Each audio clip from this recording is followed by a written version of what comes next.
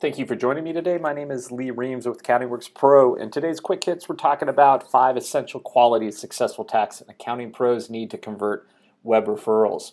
So let's talk about what a web referral is. So it's different than the traditional word-of-mouth referral. It is a referral from your website. It could be a referral through social media sites. It could be a referral through a review marketplace like Yelp, Google My Business, TaxBuzz. And it's basically the process where a consumer, one of your prospects, is looking for assistance. So they might be searching in the beginning. It might be more research-based. I'm having problems with my cash flow. I'm looking for tips on improving my cash flow. So they might land at a blog article that you've written about cash flow. So what we talk about here is in the web referral process, if you do not have a strong digital footprint, you're going to have a very hard time attracting web traffic through your different digital channels. So issue one is getting them to your digital brand, so whatever that is. It could be multiple channels, it could be profiles, again, it could be your website. But from then, how do you now connect to convert these visitors into leads? We've been very successful with our clients adding chatbots, different strong calls to actions, free strategy sessions, landing pages with white papers. So those are things that we're talking about okay, now you have someone on your site, you're getting traffic, but if they're not calling you, if you're not making really strong calls to actions in your marketing copy, you're going to have a hard time getting them to convert to actually calling you, right? So that is number 2 in the web referral process. Number 3 is now, how do you engage and build trust? So is your profile set up? Are they credible? Are you responsive when someone comes through a lead channel? Are you using an email newsletter? Are you connecting via social media? So once you have, there's a bunch of different ways, and that's what we're going to talk about in this Quick Hits. But once you have that social proof, it's much easier to turn a web referral, someone who may not have had a word-of-mouth referral to you, into a client. So the whole goal here is once they become a client, now how do you turn these new clients into advocates? So let's go through this. So first thing, from web referrals to paying clients. So we kind of alluded to this before. The prospects are out there. But if you do not have a strong digital presence, meaning you're not ranking, you're not active on social media, and your review profile is not strong, they will not contact you. So this research is happening right now. People are looking for help today on the internet and are choosing to work with your competitors and professionals every day. We see it through our TaxBuzz MatchMe, through our CountingWorks MatchMe process. So there's 100% web referrals coming through that are becoming new clients. And some of our clients are growing.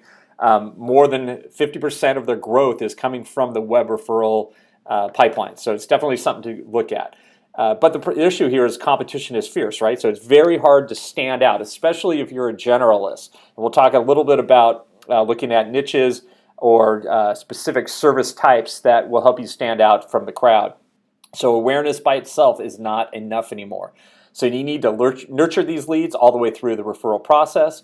And this is what we talked about. Look at specialization. So that might be a niche. I work with restaurants. It might be a service type. I provide SaaS, virtual CFO services. So those are 2 different, or even expat taxes, right? So those are different ways to look at a service you might be providing now, but start specializing. It's much easier to stand out from the crowd if you're a specialist. And also there's a perceived value and trust, right? This person must know more than a generalist. So it's definitely something to think about.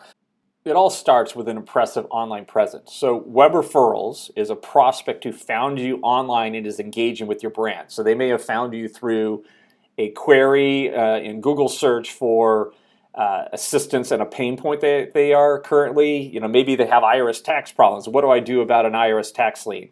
I need to report, I haven't filed tax returns for multiple years. I'm running a business, but I always seem to be running out of cash. Those are the kind of things that people would be searching for, or perhaps they found you through a link on a social media post, things like that. But basically, a web referral is somebody who has found you online is now engaging with your brand. So the question is, if they land on your website or one of your digital properties, will they be impressed? Make sure your first impression online is both positive, professional, secure, modern, and user-friendly, right? So the modern buyer who is a web referral type prospect, they want that ease of use. They want to be able to communicate with you through the internet. They want to make it. They want to make it so you take as much friction out of the buying process as possible.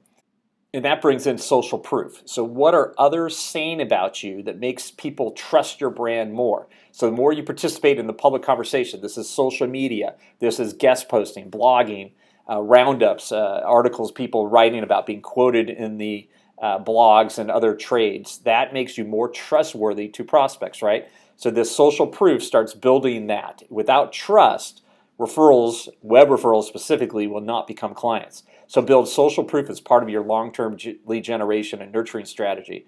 How do you do it? Social media, engaging with industry online. So be in different social groups, LinkedIn groups, Facebook groups, whatever, case studies. These are the type of things that help you build social proof.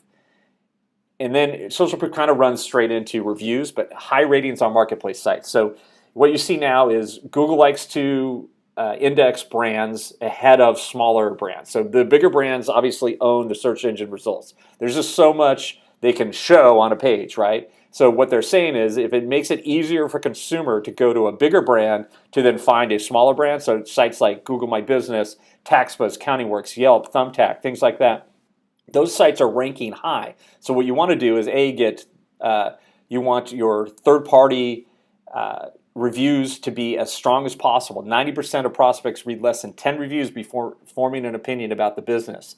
No one sells you better than your highly satisfied client base, so let them do the selling for you. And then secondarily, if you now convert that visitor to a lead, so now they are a prospect, what kind of lead nurturing strategy do you have? So you need a way of capturing contact information from people who visit your site. That's one of the main things we see that is lacking in a tax and accounting website. They just more list kind of their designations and choose a CPA versus, hey, prospect, this is your pain point. This is how I will resolve that pain point and make your life better. And then from there, ask them to contact you, right? So whether that is through the chatbot options, whether it's strong calls to action, copy that leads people to something, to take an action, to start communicating with you, that is what we're talking about in nurturing. So even a lukewarm lead is still a lead. So sometimes tax and accounting pros think every buyer needs to be an intent buyer. Oh, I want leads, I want leads.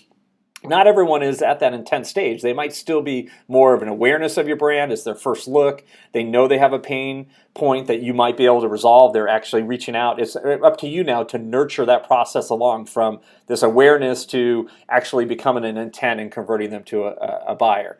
So prioritize following up within a short length of time. Harvard did a big study that a lot of people cite, and it basically says that companies that respond to leads within an hour are 7 times more likely to convert leads to sales. So be responsive to these new leads. You never know what will convert to a new product or a new customer. So you need a compelling answer to the question, why you, right? So why are you different? How is my life going to be better if I hire you to help me? So, basically, are you delivering a better financial outcome? Are you saving me time? Are you an expert in how dental practices need to be run? Are there some secrets in tax planning that you use that's different from a traditional tax preparer, right? So those are the kind of things that you need to start using in your marketing copy, and then even in your entire approach of how you onboard a client through that initial discovery process. So definitely have your why ready and use it consistently through your talking points through the onboard process. So this is just some basics on web referrals. We've been helping clients throughout the country, whether they be CPA firms, enrolled agents, tax pros, bookkeepers, set up very strong digital footprints that help bring in these web referrals. If you have any questions on how to do this for your own practice, give us a call at 800-442-2477 or visit our website at CountingWorksPro.com. Specifically, look at our case studies and you'll get a general idea of the results we're providing for clients. Thank you.